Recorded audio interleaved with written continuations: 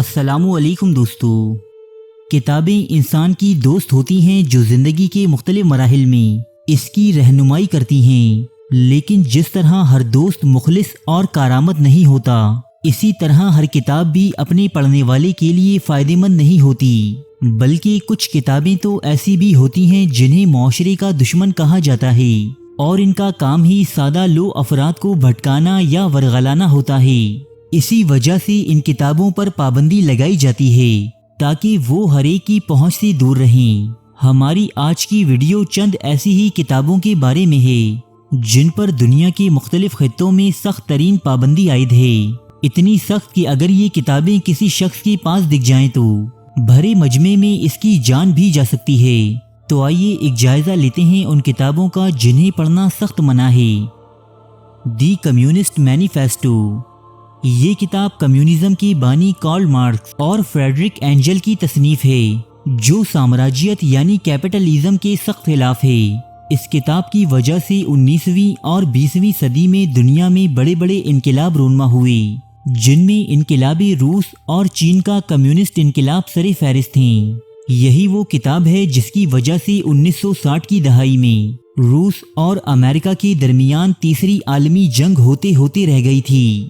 اس کتاب کے خلاف سامراجیوں کے علاوہ مذہبی حلقوں نے بھی بہت زیادہ ہنگامہ برپا کیا، اس لیے کافی عرصے یورپ و امریکہ میں یہ کتاب سخت ترین پابندی کا شکار رہی۔ اگر کوئی شخص یہ کتاب پڑھتا نظر آ جاتا تب اسے قید و بند کی سزائیں بھگتنی پڑتیں۔ سوویت یونین کے منہدم ہو جانے کے بعد اب اس کتاب پر اتنی سخت پابندی باقی نہیں رہی۔ The origins of species.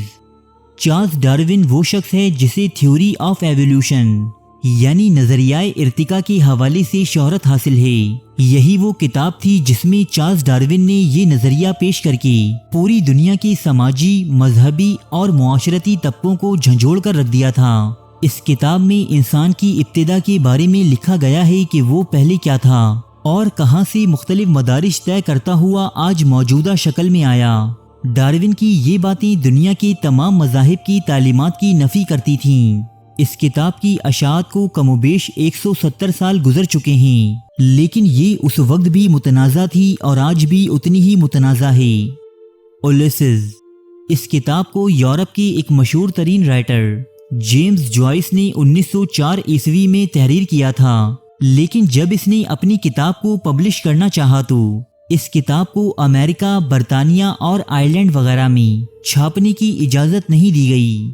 بعد ازاں اس نے 1922 عیسوی میں فرانس جا کر اس کتاب کو شائع کیا، جبکہ اس کتاب کو چھاپنے والے ایک پبلشر کو بھی گرفتار کر لیا گیا تھا۔ اس کتاب میں بہت سی نفسیاتی الجھنوں کے ساتھ ساتھ جنسی الجھنوں پر بھی روشنی ڈالی گئی ہے اور جنسیات کے ان پہلوؤں پر قلم کاری کی گئی ہے جو ناقابل اشاعت اور قابل گرفت ہیں۔ ناقدین کے مطابق یہ پورنوگرافی سے بھی کہیں آگے کی چیز ہے۔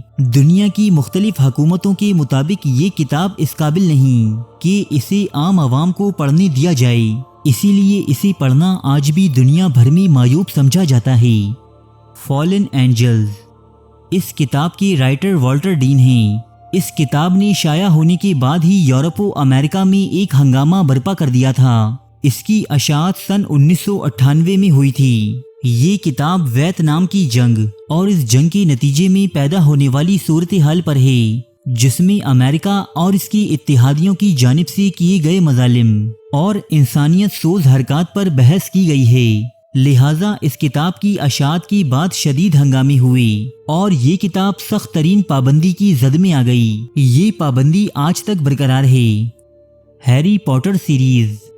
دوستو، یہ نام سن کر آپ ضرور چونک گئے ہوں گے کیونکہ ہیری پوٹر دنیا کی سب سے زیادہ بکنے والی کتابوں میں سے ایک ہے۔ یہ کتابوں کی ایک سیریز ہے جسے خود ہمارے ملک میں نہایت ذوق و شوق سے پڑھا جاتا ہے، لیکن دوستو شاید آپ کو یہ معلوم نہیں کہ یہ کتاب بھی دنیا کے کئی ممالک میں سخت ترین پابندی کا شکار ہے۔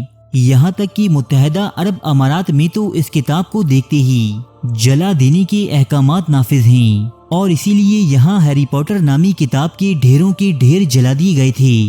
اس پابندی کی وجہ یہ بتائی جاتی ہے کہ یہ کتابیں بچوں کو حقیقی دنیا سے بہت دور ایک جادوئی دنیا میں لے جاتی ہیں۔